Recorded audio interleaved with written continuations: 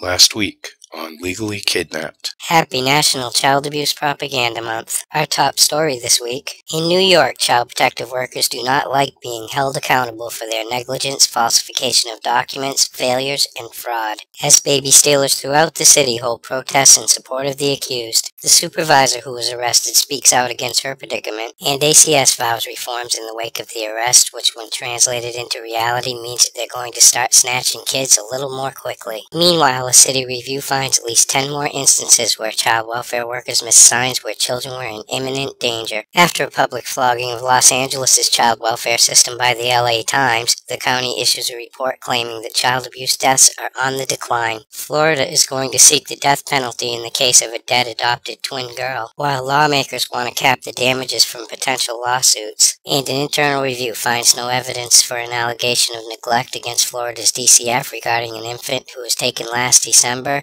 who was forced to sit in feces for up to 15 hours. The Iowa State Senate okays a bill to reform the state's child abuse registry. Maine's new governor wants to roll back the state's child labor laws so that kids can work more hours for $2 less than minimum wage. About 20 Nebraska families celebrate the Child Abuse Propaganda Month by holding a protest against the unethical policies of the child protective industry. And Children's Rights files a class action lawsuit against the state of Texas for their nightmare of a foster care system. Parents in Israel beware as the social worker strike ends. Although there is hope for another break from the tyranny as they vow to strike again in 2014. In Australia, a 9-year-old foster child is left alone at a lake at night by his caregivers. In Canada this week, Newfoundland is transferring social workers from other agencies into their child welfare department in an effort to shrink caseloads. And a Canadian psychologist claims that pedophilia is a sexual orientation just like homosexuality. In England this week, the child lovers are upset over an animal rights group's billboard stating that feeding kids meat is child abuse.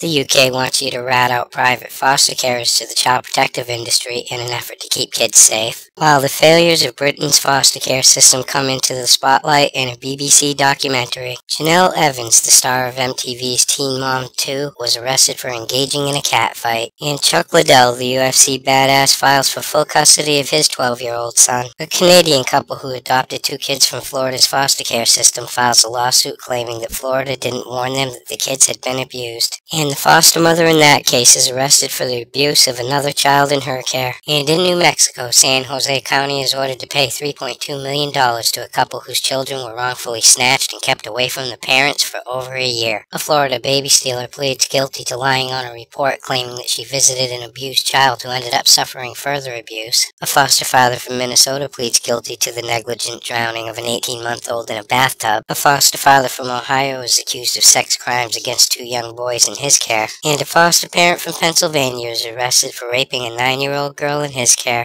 In Illinois, the Chicago public school system is investigating a teacher who said mean things about a kid's hair and posted a picture on Facebook. A homeschooling mother from Detroit, Michigan is released from jail after taking a shot at police who were helping Child Protective to try to force her daughter into psych meds. And a grandmother from Detroit who illegally collected her jailed son's Social Security benefits in order to feed her grandchildren is facing jail time, and the kids are targeted for foster care. In Oklahoma, a 23-month-old boy is hit by a car driven by a child protective worker, sparking a nasty response from the driver and followed up with a child abuse investigation. The Texas judge comes down on CPS after they tried to snatch a set of twins without cause or justification. And finally, tonight, adoptive parents are making out like bandits this year as one gets a $54,000 tax return simply for adopting a few of your kids from the foster care system. For these stories and all the latest dirt on the child protective industry, visit www.legallykidnapped.com. And until next week, this is Baby LK.